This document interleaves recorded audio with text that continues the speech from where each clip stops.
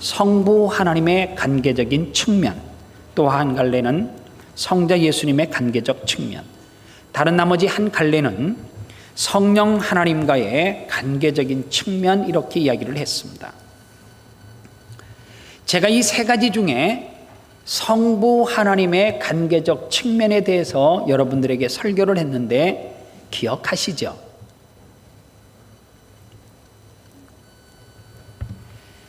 성부 하나님의 관계적 측면을 설교하면서 제가 이런 이야기를 했습니다. 교회는 하나님의 가족 공동체다, 이렇게 설명을 했습니다. 그리고 하나님의 가족 공동체이기 때문에 위로 하나님을 아버지의 자리에 복귀시켜 드려야 한다. 그리고 또 하나, 이 땅에서도 아버지가 아버지의 자리에 위치해야 된다, 복귀시켜 드려야 한다, 그런 이야기를 했습니다. 그럴 때에 교회 공동체가, 가정의 공동체가 건강할 수 있다, 그렇게 이야기했습니다. 제가 일부 예배 시간에 그랬어요. 젊은 사람들이 많이 있으니까 여러분들 혹시 부모님이, 특히 아버지가 내가 하는 기대에 약간 못 미친다 할지라도 아버지를 아버지의 자리에서 끌어내리면 절대 성공할 수 없다, 그렇게 이야기했습니다. 마찬가지예요. 조금 내 남편이 부족한 것 같아도 아버지를, 집안의 호주의 자리에서 끌어내리는 순간 그 가정은 건강해질 수가 없습니다. 오늘 그러면 우리가 이 시간에 생각해야 될 내용이 뭐냐 하면, 두 번째로 성자 예수님의 관계적인 측면인데, 성부 하나님의 관계적인 측면이 수직의, 즉 하나님과의 관계라고 하면, 이 성자 예수님의 관계적인 측면은 수평적인 관계, 즉 인간과의 관계, 이 관계 가운데 사랑에 대한 이야기라고 하는 사실입니다. 여러분들, 신약 시대는 함께 호칭을 할 때 이렇게 이야기를 했습니다. 형제님, 자매님. 오늘 형제님, 자매님이라고 하는 용어가 이단들이 많이 쓴다 그래서 어떤 교회는 형제님, 자매님을 아예 쓰지 말으세요, 이렇게 이야기해요. 우리 교회는 형제님이라고 하는 용어와 자매님이라고 하는 이 단어를 많이 썼으면 좋겠어요. 왜냐하면 신약 성경에 보면 골로새서 1장 2절 말씀에 보면, 골로새에 있는 성도들을 곧 그리스도 안에서 신실한 형제들에게 편지하노니 우리 아버지 하나님으로부터 은혜와 평강이 너희에게 있을지어다. 여기서 보니까 골로새에 있는 성도들, 즉 그리스도 안에 신실한 형제라고 지칭을 합니다. 그러니까 성도라고 하는 단어, 즉 형제라고 하는 단어와 같다라고 하는 이야기예요. 그리고 디모데전서 5장 1절로 2절에 보면, 늙은이를 꾸짖지 말고 권하되 아버지에게 하듯하며 젊은이에게는 형제에게 하듯하고 늙은 여자에게는 어머니에게 하듯하며 젊은 여자에게는 온전히 깨끗함으로 자매에게 하듯하라, 이렇게 성경은 말합니다. 제가 2014년도에 하나님 앞에 기도한 기도의 제목이 있어요. 그게 뭐냐 하면, 하나님, 우리 교회가 너무 젊습니다. 우리 교회 좀 지긋하신 인생에 연륜이 있는 성도들을 보내달라고 하나님 앞에 기도했어요.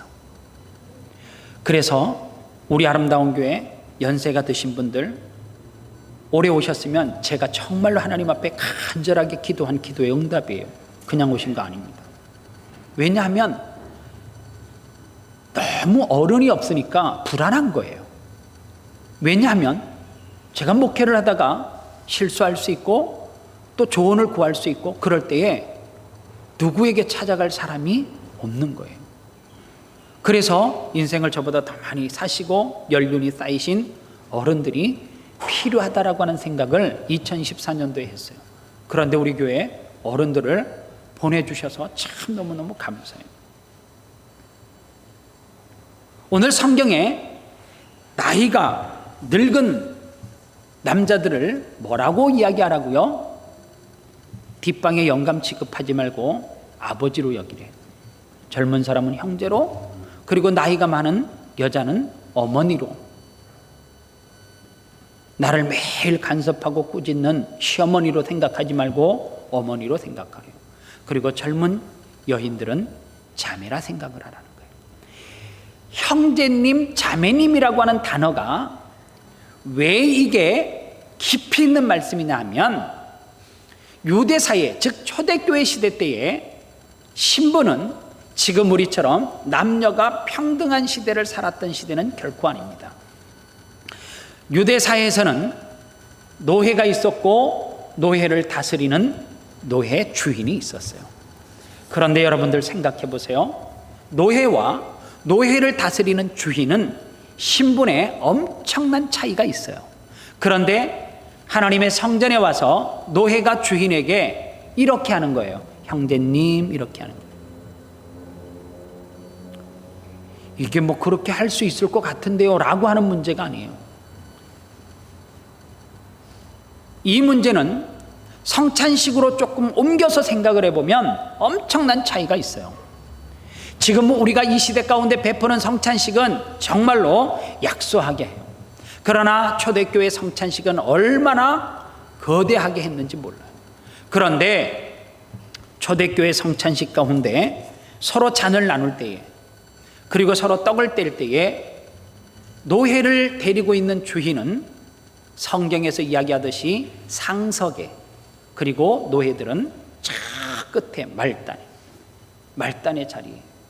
그런데 그 자리는 서로 잔을 부딪히면서 나눌 수 있는 그러한 자리가 아니에요. 그래서 그 당시에 노예는 사람들이 속해 있는 쪽에서 함께 잔을 나누지 못하고 짐승 가깝게 취급을 해서 분리를 해서 짐승들이 나누는 그러한 쪽에서 잔을 나누게 했단 말이에요. 그런데 성찬식 때 이 자리가 허물어지고 노예와, 즉 사람 쪽과 짐승 쪽이 함께 잔을 부딪히면서 예수님의 살과 피를 기념했다라고 하는 것은 엄청난 문화적인 충격이에요. 그런데 이게 어떻게 가능해요? 노예와 노예를 다스리고 있는 주인이 이러한 문화적인 충격을 극복할 수 있었던 것은 다른 길로 설명을 할 방법이 없어요. 그 가운데 뭐가 역사했어요? 예수 그리스도의 십자가의 은혜가, 예수 그리스도의 십자가의 그 사랑이 그들의 노예와 노예를 다스리고 있는 주인의 관계를 완벽하게 허물어 버렸다고 하는 사실이에요. 그런 의미에서 초대교회 성도들이 썼던 형제님, 자매님은 오늘 이 시대 가운데 젊은 사람들이 모여있는 장소에서 껍데기만 가지고 와서 뭐 존칭하기 좀 힘드니까 형제님, 자매님, 또 어떤 교회에서는 직분을 다 없애버리고 우리 교회는 형제와 자매로 무조건 분류를 하겠습니다. 그래서 남자는 형제라고 부르시고요, 여자는 자매라고 하래요. 이게 뭐예요? 부르기 좋은 명칭으로 가져온 껍데기만 가지고 있는 것이 아니라 이 형제와 자매라고 하는 신약시대의 신약성경에서 흐르는 그 형제와 자매는 뭐가 있어요? 예수 그리스도의 사랑으로 내가 당신의 허물을 덮어주겠습니다. 예수의 그 사랑으로 나는 신분을 깨트려 버렸습니다.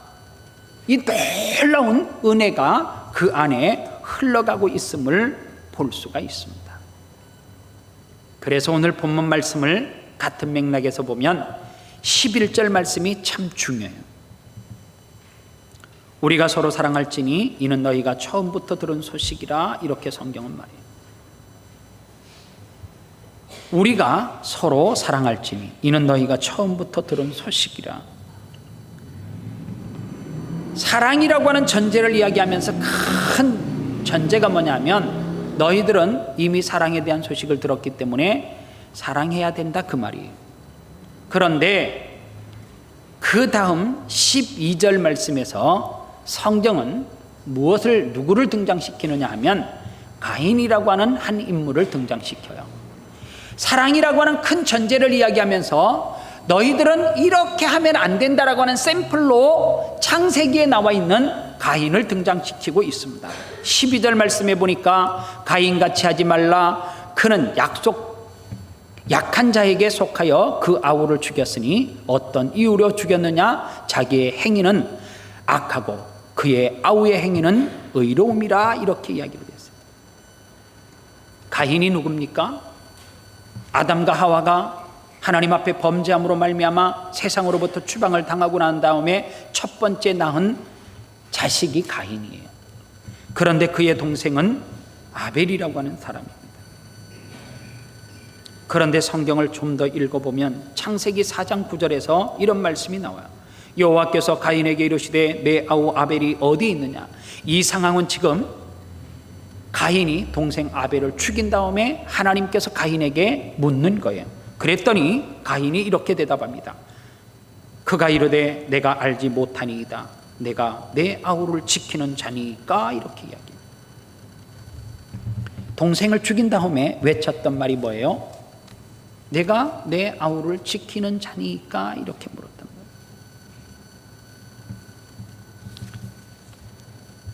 오늘 이 시대에 비극이 뭐냐 하면 교회는 하나의 가족 공동체인데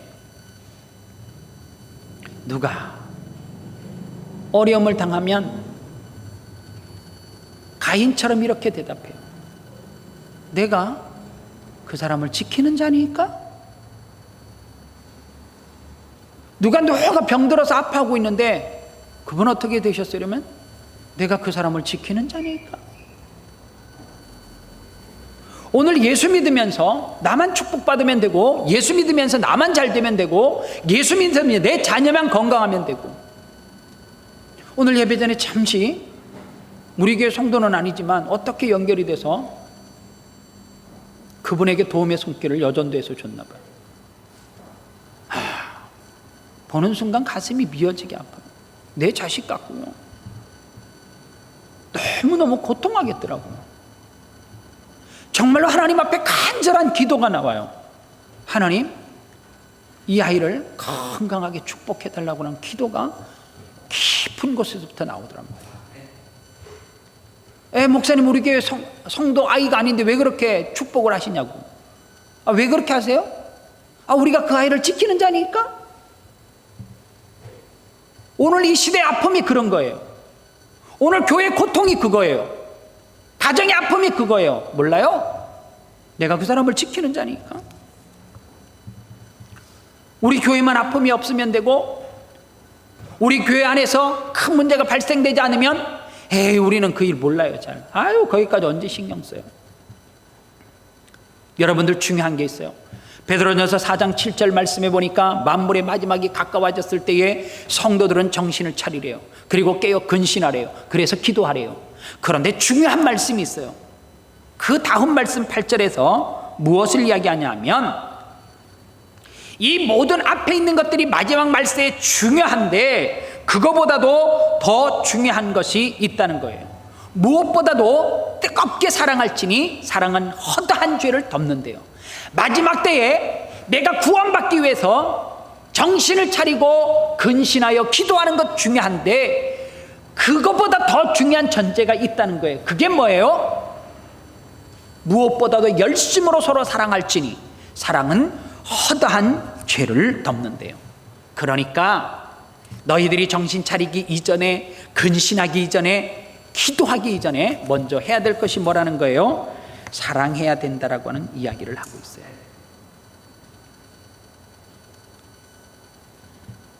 창세기 9장에 보면 노아라고 하는 사람이 나와요. 어느 날 그분이 하지 말아야 될 것을 했어요. 적당히 드셔야지. 술이 취하면 술 취한 다음에 본색이 드러나요. 어떤 사람은 했던 말 또 하고 했던 말 또 하고, 어떤 사람은 또 자꾸만 옷을 벗어요. 술을 먹고 여자가 벗으면 좋겠는데 남자가 벗으니까 부담스러워. 자꾸만 벗어. 심지어는 빤스까지 내리는 사람이 있단 말이에요. 근데 노아는 여기에 속하는 사람인가 봐요. 이런 분들은 술을 드시면 안 됩니다. 술을 먹고 나타나는 본심이 뭐예요? 옷을 자꾸만 벗는 거예요. 그런데 노아에게는 3명의 아들이 있었어요. 셈, 함, 야벳이 있었어요. 2대1로 나뉘어져요. 함은 아버지가 벌거벗은 것을 보고 어떻게 했다라고 이야기해요? 성경은 복잡하게 설명할 필요 없어요. 얼레리 꼴레리 홀딱 벗었네, 홀딱 벗었네, 이렇게 이야기한 거예요. 그게 함이 영원히 저주받는 모토가 된 거예요. 시작이 됐어요. 두 형제 셈, 야벳은 어떻게 했어요? 성경에 보니까 요를 가지고 앞걸음으로 가서 아버지 왜 벗으셨어요? 이게 아니에요. 뒷걸음질 쳐가지고 아버지의 수치를 보지 아니하고 그를 덮었다 그랬어요. 이게 중요한 이야기입니다. 보세요. 남의 허물과 수치를 보면 사람은 죄성이 있기 때문에 반드시 좋은 이야기 아니에요. 반드시 먼저 비방해, 욕해. 그리고 그래도 그분이 그렇게 하면 안 되지. 요게 우리의 모습이에요. 그러나 그것을 아예 보지 않으면 욕 자체를 안 하는 거예요. 그런데 그 일을 통하여서 셈과 야벳은 하나님의 거룩한 축복을 받았다는 거예요. 할 수만 있으면 우리 교회 성도들이 어떻게 하기를 원해요? 무엇보다도 뜨겁게 사랑할지. 사랑하는 허다한 죄를 덮는데요. 오늘 그보다도 더 중요한 게 있어요. 왜 우리가 교회 공동체 안에서 사랑해야 되느냐? 이유를 제가 설명을 할게요. 어떤 신문 기사에 보니까 이단에 관련된 머리 기사가 이런 게 있었어요. 신도와 교주 대부분이 역기능 가정 출신 이런 기사가 나왔어요. 교주와 이단의 신도들을 분석해 보니까 대부분이 역기능 가정에서 자라났다는 거예요. 그런데 어떤 교수님이 학회에서 발표를 하는데 논문의 제목이 이거예요. 신흥종교의 교주의 교인들에 대한 심리적인 분석, 그들을 심리적으로 분석을 해봤다는 거예요. 그랬더니 이단들이 사람을 꿰일 때에 교리를 가지고 접근하지 않는다는 거예요. 우리는 이렇게 착각을 해요. 교리를 가지고 접근을 한다라고 생각을 해요. 그래서 너희들 교리가 틀렸기 때문에 구원파는 너희들이 구원 받았느냐 안 받았느냐 이 문제로 접근하는 것 같은데, 가만히 생각을 해보세요. 대뜸 아무에게 가갖고 구원 받았어요 이러면 나한테 그러면은 오히려 걔네들이 넘어오겠지. 왜? 내가 그런 교리에 대해서 더 정립이 잘 돼 있기 때문에. 그렇게 접근하는 것이 아니라 대부분이 이단들이 접근하는 방법이 무엇으로 접근을 하느냐? 소속감, 그리고 소외감, 고립감, 외로움, 이런 유의 사람들에게 접근을 한다는 거예요. 얼굴 보면 알아요. 우리 교회 성도들도 제가 강단에서 얼굴 보면 저 지금 외롭습니다, 저 지금 아름다운 교회 곧 나가고 싶습니다, 다 보여. 상처받았습니다, 누구하고 싸웠습니다, 죄를 미워합니다, 다 보여. 이단들은 그것만 집중적으로 보니까 더 잘 보이겠지. 그런데 최근에 활개를 치고 있는 신천지 잘 보세요. 어떤 사람이 신천지에 잘 넘어가는가? 신천지가 기존 교회 성도들을 꼬여내는 방법이 뭐라고 알잖아요, 여러분들. 교회에 불만이 있다든가, 재정에 불만을 가지고 있다든가, 담임 목사에 대해서 엄청난 불만을 가지고 있는 사람은 반드시 신천지에 넘어갈 수 있어요. 그러니까 저 미워하지 마세요. 저 미워하다가는 신천지가 기회를 딱 노리고 그 교회 목사님 좀 별로 안 좋죠? 맞아요. 우리 교회 목사님 이러면 그때서부터 나를 미워함이 그 영혼을 빼앗기는 엄청난 벌을 받을 줄 믿어요, 저는. 이게 지금 맞는 얘기 아니에요? 맞아요, 이게. 그 교회 목사님 설교가 좀 시원찮죠? 제가 잘 아는 목사님 중에 훌륭한 말씀, 그 교회 목사님 기도에 능력이 없죠. 제가 아는 목사님의 기도에 능력이 얼마나 이래가지고 한번 세워봅시다 해가지고 문제 있는 한두 명의 권사 집사님을 확 꼬여가지고 목사를 쫓아내고 교회를 파탄시키는 게 신천지예요. 이 말씀을 들으니까 이 교수님 정말 훌륭해요. 또 하나, 성도끼리 서로 미워하지 마세요. 그러다 이단 된다니까요. 그러다가 영혼을 빼앗긴다니까요. 그래서 여러분들, 교회 공동체는 성자 예수님의 관계적 측면에서 보면 사랑인데, 오늘 이 사랑을 두 가지만 생각해 보겠습니다. 교회는 하나님의 가족 공동체라고 하는 정의의 뜻이 뭐냐? 결국 교회는 가족 공동체라고 하는 정의는 한마디로 말해서 사랑의 문제예요. 요한이 쓴 성경이 신약 성경에 여러 권이 있어요. 요한복음, 그리고 요한 1서, 2서, 3서, 요한계시록. 똑같은 사람이 쓴 성경이에요. 그래서 이 요한이 쓴 성경을 요한 문헌 그렇게 말하기도 해요. 요한이 쓴 성경, 요한복음과 요한 1서, 2서, 3서, 요한계시록의 전체의 내용을 하나로 묶어서 한 단어로 표현하면 사랑이에요. 그래서 여러분들, 그것이 안 믿어지시면 오늘 집에 가서 다른 일 하지 말고 요한복음 다 읽고요, 요한 1, 2, 3서 다 읽고 요한계시록 읽고 난 다음에 정리를 해봐요. 요약을 해봐요. 뭘로 정리할 수 있는가? 사랑이에요. 하나님은 사랑이니라. 하나님이 세상을 이처럼 사랑하사. 요한이 쓴 단어 가운데 최고 많이 나오는 것이 사랑이라고 하는 단어입니다. 왜 요한이 이렇게 사랑을 강조했는가? 당시에 요한이라고 하는 이 사도를 따랐던 제자들이 참 많았어요. 그래서 요한 사도를 중심으로 해서 공동체가 생겼는데, 그 공동체 안에는 출신 배경이 다르고, 그리고 서로 지식이, 그리고 신분이, 그리고 환경이 다 다른 사람들이 모여서 요한의 공동체를 이루고 살았어요. 그런데 그 공동체를 이루다 보니까 그 안에 분열이 생기기 시작하고요, 서로 의견이 맞지 않으니까 다툼이 생기고, 거기에다가 더 무서운 거는 이단까지 요한 공동체 안에 들어와서 그들을 흩날리고 하는 거예요. 그때 요한이 그리스도의 공동체는 사랑이 없으면 다 깨진다. 그래서 사랑으로 용납하고 용서해야 된다. 그래서 진정한 크리스찬은 사랑이 있어야 된다라고 하는 것을 강조했기 때문에 요한이 쓴 성경에는 사랑이라고 하는 단어가 참 많이 있다라고 하는 거예요. 저는 축도 말미에 꼭 이 나라와 대한민국 위에 이제로부터 영원토록 함께 있을지어다라고 하는 말을 써요. 아유, 목사님이 무슨 스케일이 커가지고 대한민국까지 그러냐? 아니요. 제가 하는 이유는 딱 하나예요. 저는 조국 대한민국을 정말 사랑해요. 너무 좋아해요. 나처럼 사랑하는 사람 쉽지 않아요. 정말 저는 사랑하거든요. 그래서 대학교 때 저는 데모를 참 많이 했어요. 진정한 민주주의가 이 땅 가운데 뿌리 내려야 된다 그래서 경대에 가서도 데모를 하고, 계대에 가서도 데모를 하고, 영대에 가서도 데모를 하고, 노인구 집사님도 그때 아마 충만하게 데모 많이 했을 거예요. 체류탄 가스 마셔가면서 막 앞에서 외치고.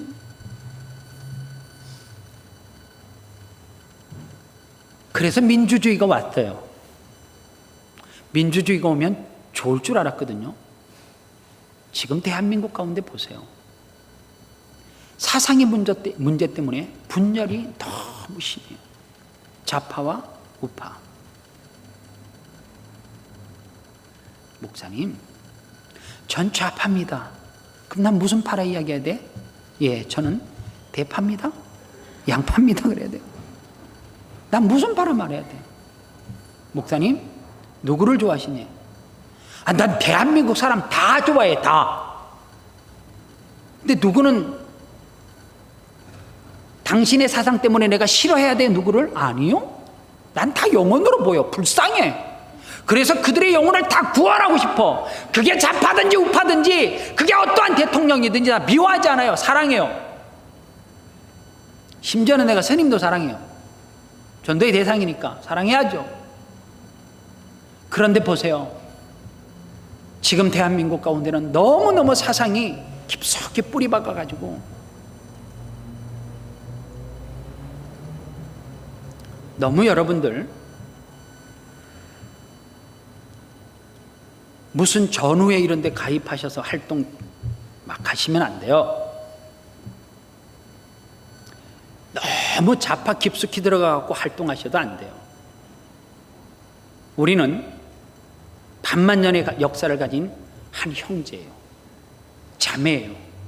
무슨 파가 신앙생활 하는데 그 사람은 용서를 해야 될 대상이고 그 사람은 내가 멀리해야 될 대상이 아니에요. 그래서 저는 조영남 씨를 되게 좋아해요. 전라도와 경상도를 가로질러서 섬진강 줄기 따라 하계장터에 입마을 하동사람, 아랫마을 무슨 사람 옹기종기 모여서 장을 펼치세. 여러분들 이 지역 감정이 복음을 전하는데 얼마나 장애가 되는 줄 아십니까? 경상도 목사님이요 전라도에 가서 목회를 못해요. 그거 아십니까? 전라도 출신의 목사님이 경상도에서 성공할 수가 없어. 왜요?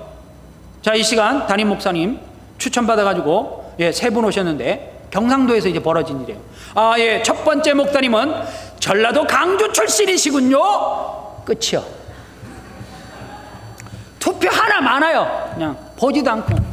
여러분들 투표하실 때 많이 그래 하셨어요. 김대중 대통령이 이번에 대통령에 출마하셨으면 그분의 사상 안 봐. 그냥 싫은 거예요. 그놈이. 전라도에서 경상도 목사님, 훌륭한 목사님이 담임 목사 청빈자리가 있어서 전라도 장로님이 나오셔갖고 특이한 이력서 나왔습니다. 경상도입니다. 끝이요. 그게 왜 특이해요? 이게 교회가 아니란 말이에요. 사랑은 허다한 죄를 덮는 데잖아요. 교회 안에 이렇게 분열이 있으니까 이단들이 그 사이를 비집고 들어와서 그 영혼을 빼앗아 가버리는 거예요. 그래서요, 여러분들 바라기는 용서하지 못할 대상은 한 명도 없어요. 사랑하지 못할 대상은 한 명도 없어요. 테레사 수녀가 노벨 평화상을 받았습니다. 세계 평화를 위해서 우리가 무슨 일을 해야 되느냐고 기자가 물었습니다. 그랬더니 테레사 수녀가 이렇게 대답했습니다. 세계 평화를 위해서 무슨 일을 해야 하냐고요? 조용히 집에 가서 당신의 가족을 사랑하십시오. 이 버전을 제가 그대로 카피해가지고 옮기면, 하나님, 이 땅의 교회와 한국교회 회복을 위해서 제가 무엇을 해야 되겠습니까? 그렇게 말하면 당신 교회 성도들에게 가서 조용히 사랑하고 섬기십시오. 오늘 이 땅의 모든 교회들이 사랑이 회복되고 그 사랑이 회복되어져서 가족 공동체가 회복이 될 때 한국교회, 아니 우리 아름다운 교회가 희망이 있고 그 역사를 일으킬 줄 믿습니다. 그런가 하면 두 번째로, 이처럼 사랑이 중요하다면, 사랑이 정말 중요하다라고 하면 그 사랑은 결국에 무슨 문제 때문에 사랑하지 못하는 거예요? 영적인 문제가 닫혀있기 때문에, 하나님과의 영적인 문제가 막혀있기 때문에 결국에 사랑하지 못하는 거예요. 이게 무슨 말인가 하면, 앞에서도 가인 이야기를 했지만은 가인이 동생 아벨을 죽였어요. 그런데 성경을 잘 보세요. 정말로 아벨이 미워가지고 가인이 동생을 죽인 것이 아니에요. 가인이 누구에게 분노했냐면, 성경 말씀 창세기 4장 5절에 이런 말씀이 있습니다. 가인과 그의 재물을 받지 아니하신지라. 그 다음 보세요. 가인이 몹시 분하여 안색이 변하니. 여기서 가인이 몹시 분하여 안색이 변했는데 누구 때문에? 가인 때문에요? 아벨 때문에? 하나님 때문에. 하나님 때문에. 왜? 재물을 받지 아니한 그 이유 때문에 안색이 변하여 몹시 분했다는 거예요. 누구를 향해서? 하나님을 향해서. 그래서 여러분들 열로 10으로 기준점을 삼고 어느 날 뭐 누가 미울 수 있어, 그죠? 10을 기준으로 해서 3이 미워. 3이 쟤는 정말 3 정도 미워, 안 봤으면 좋겠는데. 근데 이 사람이 크게 잘못 그 다음서부터 안 했어. 그냥 말도 별로 안 했어. 그런데 그 다음날 보면서 단위가 이제 강도가 4로 가는 거야. 쟨 그냥 싫어. 4가 됐어. 아무 짓도 안 했어. 그 다음날 또 봤어. 얜 정말 싫어. 진짜 5로 갔어. 어느 순간에 10인데 9로 갈 때는 그 사람이 있잖아요, 그 자리에 없는데도 걘 정말 싫더라. 정말 걔는 정말 내 생에 걔를 안 만났으면 좋겠고, 만난 자체가, 여러분들 생각해 보세요. 그 사람과 매일 만나서 그렇게 징글징글 리우스처럼 싸우고 막 진짜 싫어가지고 그 사람을 미워하고 저주해? 아니에요. 처음에는 1로 시작해. 1. 나하고 안 맞는 것 같아요. 내 스타일 아니야. 젊은, 맞아. 쟤 내 스타일 아니야. 아니, 지 스타일은 뭐예요 그러면? 지 스타일이 안 맞을 수도 있지. 다 자기 스타일에 맞아요. 그게 1이요. 그 다음에 1은 뭐냐면 저 옷 입는 스타일이 또 나오고 2로 가.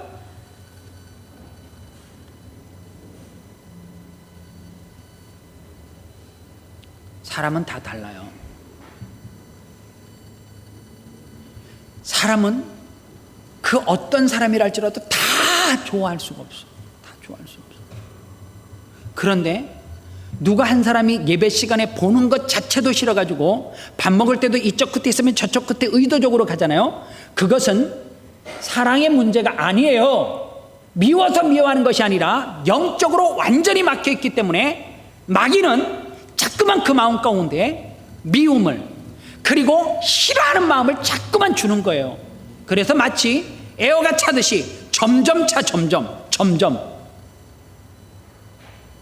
인정하십니까?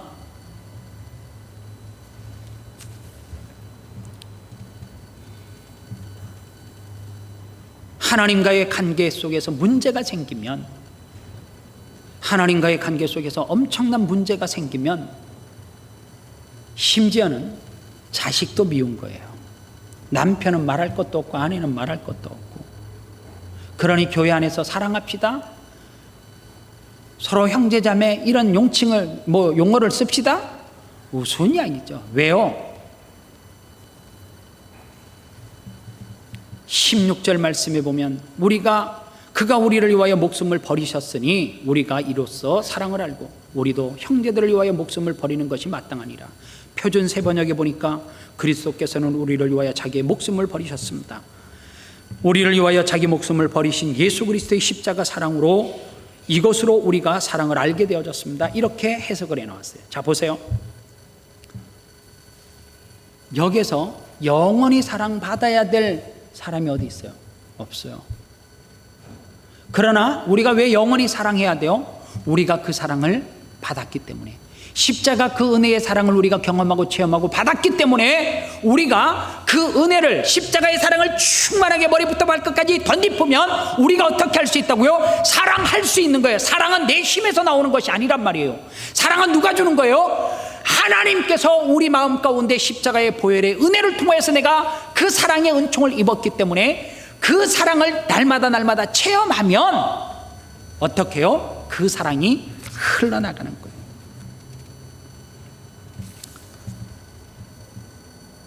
말씀의 결론을 내리면서요,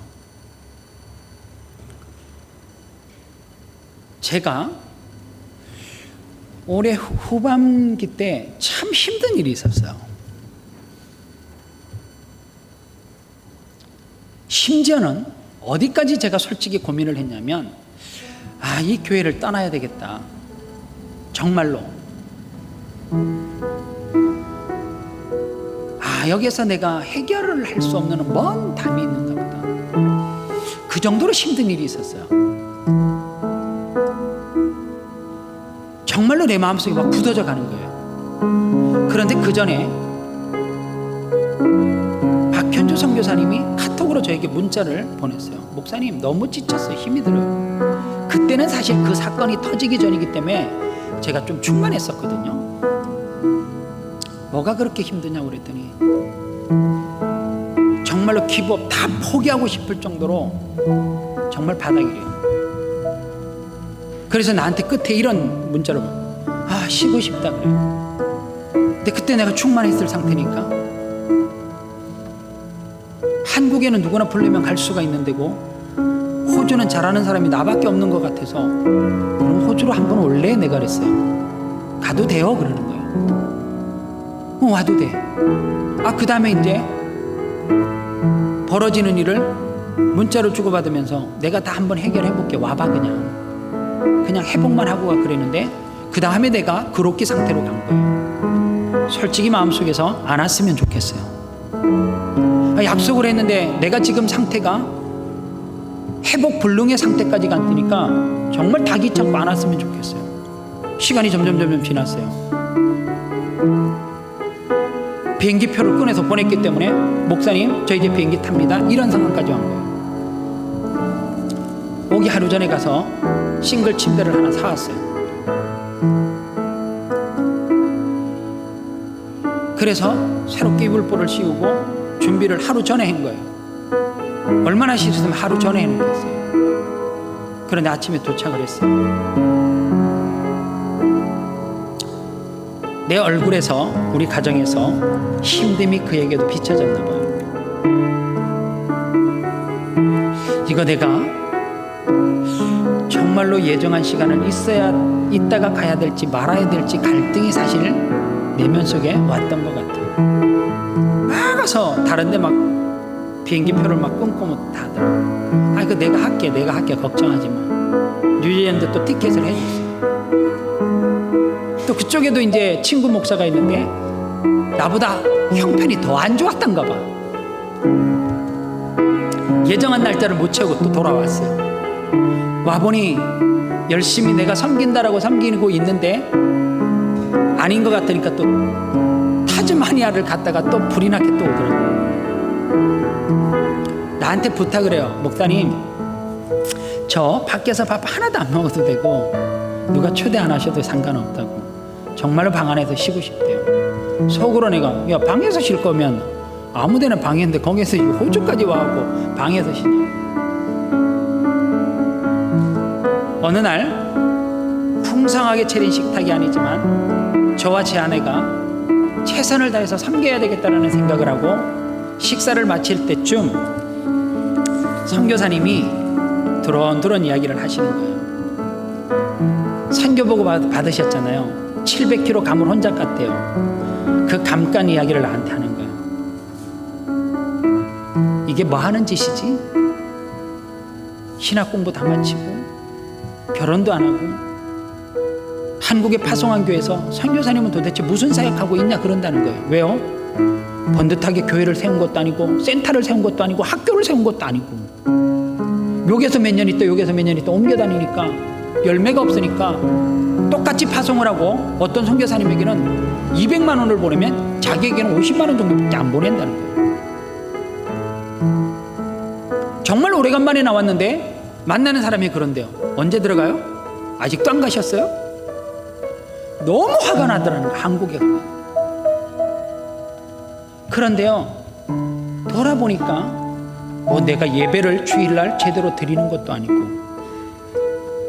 선교사님이요 교회가 있어서 예배를 하는 게 아니에요. 공식적으로 예배를 못해요. 키르키즈에.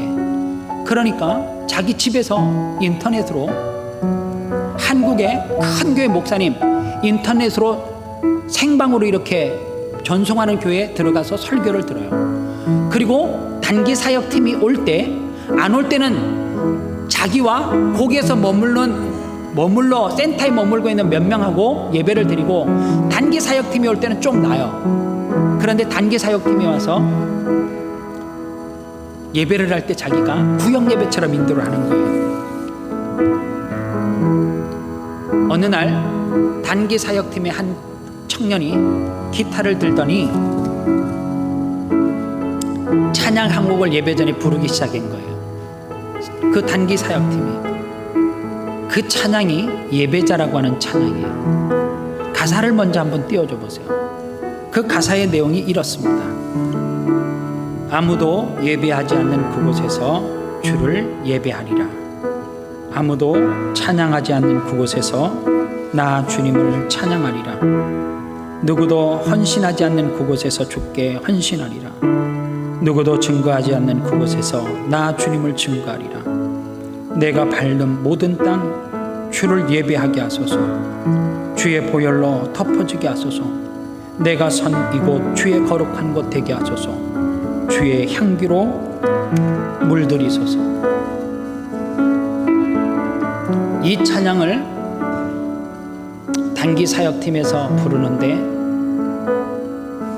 머리부터 발끝까지 몸에서 전율이 되고 그냥 하염없이 눈물이 나요. 얼마나 많이 울었냐면 목사님 거짓말 토시도 안 붙이고 3일 밤낮을 먹지 않고 울었대.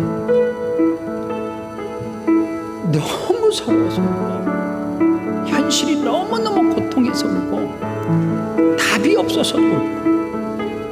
함께 신학을 공부했던 친한 자매는 인간극장에도 나왔어요. 한 친구는, 친한 친구는 분당 샘물교회 가갖고 문서 사역을 얼마나 활발하게 하고 있는지 몰라요. 자기와 함께 공부했던 친구들은 포지션에서 열매를 맺고 결과물이 나타나는데 자기는 14년 동안 그 선교 현장에서 아무런 열매가 없는데 하나님 앞에 가서 너 뭐라 그럴지 모르겠대요. 너 뭐 하다 하냐면 할 말 없음이 할 말 없어. 그렇게 처녀의 몸으로 30대 초반에 선교지에 들어가서, 아니 20대 말에 선교지에 들어가서 지금까지 14년 동안 쏟아부었는데 어떤 한 가정이 예수를 믿고 구원을 받고 그 사람이 복음을 증거하고 이런 증거물이 하나도 없어요. 앞으로 내 생애 가운데 한 가정 두 가정 구원할 수 있을지도 의문이래요. 목사님, 제가 한국에서 주일학교 사역, 학생부 사역을 정말로 잘했어요. 한국의 큰 교회에서 사역을 얼마나 잘했는지 몰라요. 우리 교회 청년의 수련회를 하는데 흥분이 되는 흥분이. 강단에서 설교한 기억이 없어요. 희미한 거예요. 선교사인데 어른 예배 설교를 준비하는데 세상에요, 새벽에 일어나서 찬양을 틀어놓고 이 찬양을 혼자서 방에서 틀어놓고 계속 그 느껴오고 나한테 딱 한마디예요. 목사님 행복하겠다. 나 지금 힘들어 죽겠는데 말을 못해도. 그러면서 저에게 이 찬양 좋다고 들으래요. 알고는 있던 찬양이야. 사실은 모르지는 않았어요.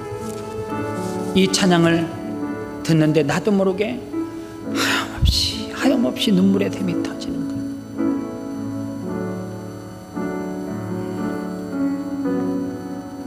우리 교회를 통하여서 회복하고 돌아가신 선교사님, 천사처럼 이곳에 오셔서 한 달 동안 저를 회복시키기 위해서 보내주셨던 그분은 하나님께서 파송한 천사였어요. 공항에서 혼자 배웅을 하는데 저한테 딱 그러고요. 목사님, 복음 화이팅!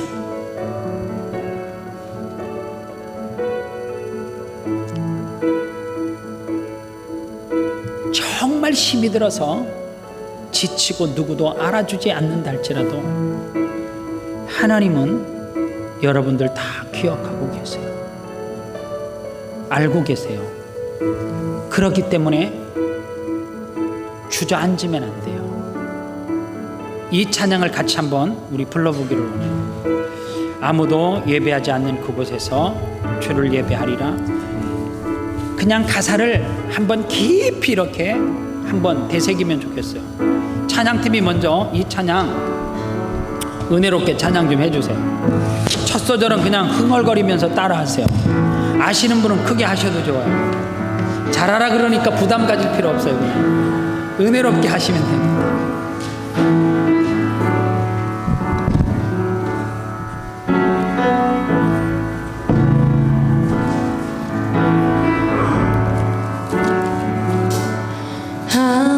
아무도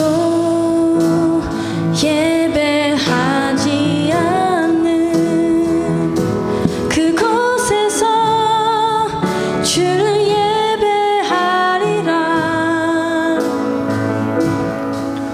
아무도 찬양하지 않는 그곳에서 나 주를 찬양하리라. 누구도 헌신하지 않는 그곳에서 주께 헌신하리라. 누구도 증거하지 않는 그곳에서 나 주를 증거하리라. 내가 받는 모든 땅 주를 예배하게 하소서. 주의 보혈로 덮어지게 하소서.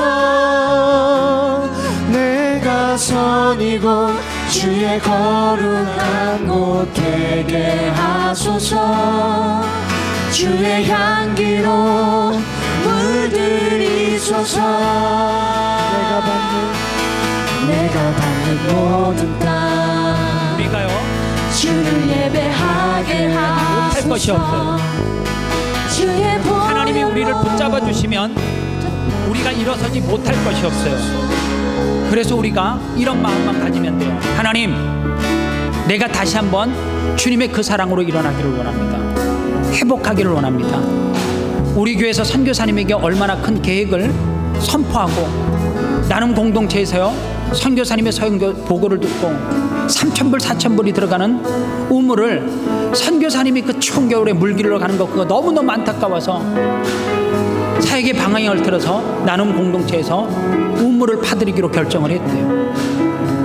십시일반으로 선교사님 힘내세요.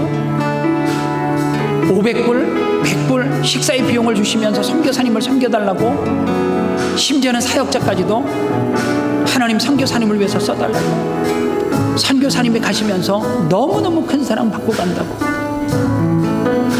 우리 교회는 사랑이 많은 교회예요.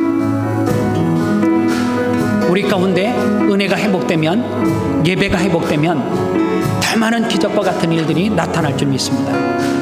다시 한번 우리의 이 땅에서의 삶을 돌아보면서 하나님 예배자로 서기를 원합니다. 고백하는 찬양을 같이 한번 드리겠습니다. 아무도 예배하지 않는 그곳에서 주를 예배하리라. 아무도 예배하지 않는 그곳에서 주를 예배하리라. 아무도 찬양하지 않는, 아무도 찬양하지 않는 그곳에서 나 주를 찬양하리라. 아무도 헌신하지 않는, 누구도 헌신하지 않는 그곳에서 주께 헌신하리라. 누구도 증거하지 않는 그곳에서 나 주를 증거하리라. 내가 받는 모든 땅 주를 예배하게 하소서. 주의 보혈로 덮어지게 하소서. 내가 선이고 주의 거룩한 땅 되게 하소서.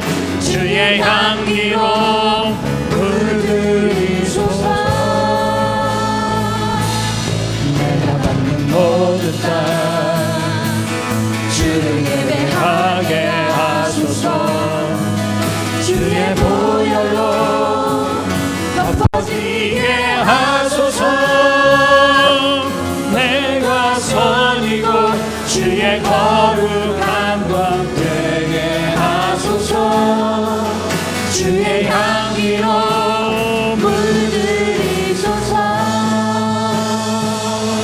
이 시간 한 목소리로 같이 기도하겠습니다. 힘드신